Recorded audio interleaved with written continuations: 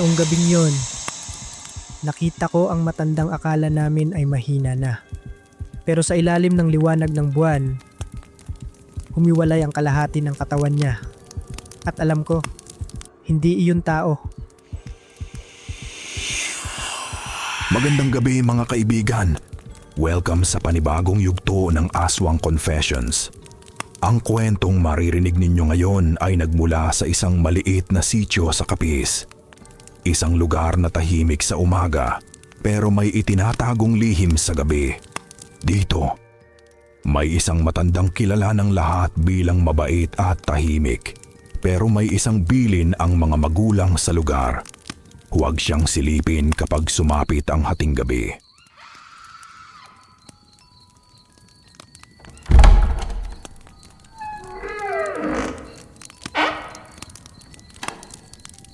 Magandang gabi sa lahat ng nakikinig sa programang ito, ang Aswang Confessions. Ako nga pala si Ramon, isang magsasaka na ipinanganak at lumaki sa isang maliit na sitio sa Capiz. Nangyari ang kwentong ito noong tag-init ng 2016. Panahong tuyo ang lupa at tahimik ang paligid. Noon, simple lang ang buhay namin. Gising sa umaga, trabaho sa bukid, uwi bago gumabi. Ang bahay namin ay gawa sa kahoy at yero, katabi ng malawak na bukirin at malapit sa kakahuyan.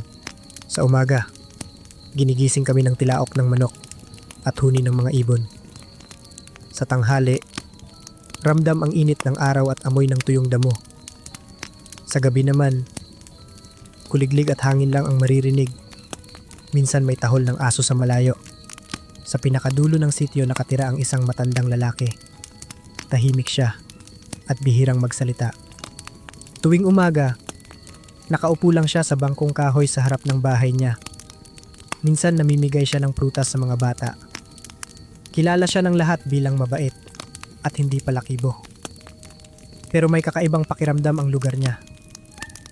Kahit sa araw, parang mabigat ang hangin doon.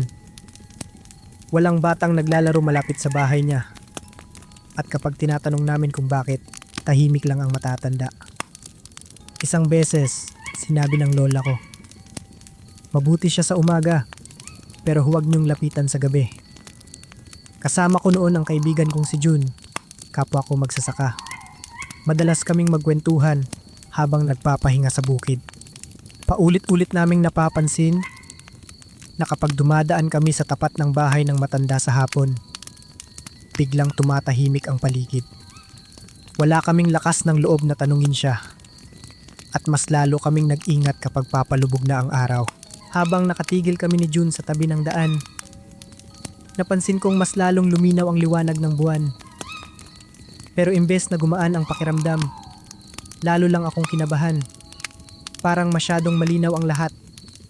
Ang mga dahon, ang bubong ng bahay ng matanda, pati ang bakod na gawa sa kawayan. Hindi pa rin bumabalik ang tunog ng kuliglig, kahit ang hangin ay halos hindi gumagalaw. Sa lugar na sanay ako sa ingay ng gabi, ang katahimikan ay parang may tinatago. Ramdam ko ang paninikip ng dibdib ko habang dahan-dahan kaming umaatras, papunta sa puno ng mangga. Mula sa likod ng puno, mas malinaw naming narinig ang tunog mula sa bahay. May mabagal na galaw sa bubong, kasabay ang mahinang ungol na parang pagod na paghinga. Hindi iyon tunog ng hayop. May ritmo, parang may buhay na pilit kumikilos. Napansin ko ring may kakaibang anyo ang anino sa bubong. Hindi ito tuwid o normal ang galaw. Paminsan-minsan, parang humihinto ito, tapos biglang gagalaw ulit. Sa bawat galaw may tunog na parang kinakamot ang yero. Bumulong si June. Halos hindi gumagalaw ang labi. Hindi na to normal, Ramon. Kita ko ang panginginig ng kamay niya. Gusto kong sumagot, pero parang may nakabara sa lalamunan ko. Ang tanging nagawa ko ay tumango. Habang nagmamasid kami, may biglang dumaan na amoy sa hangin. Mas matapang kaysa kanina. Parang sariwang dugo na hinaluan ng panis na karne at lumang kahoy. Napapikit ako saglit, umaasang mawawala ang amoy. Pero lalo lang itong tumindi. Ramdam ko ang lamig sa paa ko Kahit tuyong lupa ang tinatapakan ko. Parang hinihigop ng lupa ang init ng katawan ko. Sa sandaling iyon, naalala ko ang mga kwento ng matatanda na bago may lumitaw, nauuna muna ang katahimikan at ang kakaibang amoy. Kung nakarating ka na hanggang dito, hinihiling namin na i-click mo ang like button. I-share at tulungan kaming maabot ang aming goal na 1,000 subscribers. Napakalaking bagay ng inyong suporta sa amin at lubos kaming nagpapasalamat sa inyo. Maraming salamat. Sa sandaling iyon, naalala ko ang mga kwento ng matatanda na bago may lumitaw, nauuna muna ang katahimikan at ang kakaibang amoy. Biglang may nahulog mula sa bubong. Isang mahinang tunog lang, pero sapat para mapasuray si Jun sa gulat. Walang lumabas sa pinto, walang ilaw. Pero ramdam namin na may nagmamasid. Nagtagal kami roon. Hindi ko alam kung ilang minuto o segundo. Sa bawat sandaling lumilipas, pakiramdam ko ay may papalapit kahit wala pa kaming nakikita. At doon ko naisip, baka mali ang desisyon naming manatili at manood. Sa ilalim ng maliwanag na buwan, malinaw naming nakita ang anyo ng matanda. Nakayuko siya sa harap ng bahay niya, parang may hinahanap sa lupa. Akala ko noon ay napagod lang siya o may dinaramdam. Pero bigla siyang tumuwid. At doon ko napansin na kakaiba na ang galaw ng katawan niya. Unti-unti, parang may humihila sa gitna ng katawan niya. May narinig kaming tunog, parang pagkapunit ng basang tela. Sa harap ng mga mata namin, humiwalay ang katawan niya mula baywang pataas. Hindi ito biglaan. Mabagal, malinaw, at mas lalong nakakatakot dahil ramdam naming totoo ang nangyayari. Mula sa likod ng kalahati ng katawan niya, may lumabas na malalapad na pakpak. Maitim ang kulay, parang balat na makapal at basa. Nang igalaw niya ang mga ito, umihip ang malamig na hangin papunta sa amin. May kasamang amoy na hindi ko makalimutan, parang dugo na hinaluan ng lumang kahoy. Tumingala ang matanda at tumama sa amin ang tingin niya. Mapula ang mga mata niya, hindi tulad ng sa tao. Walang awa, walang emosyon. Para kaming napako sa kinatatayuan namin. Hindi kami makagalaw kahit gusto naming tumakbo. Napaatras si Jun. Nanginginig ang buong katawan. Narinig ko siyang pabulong na nagdasal. Pero putol-putol ang mga salita.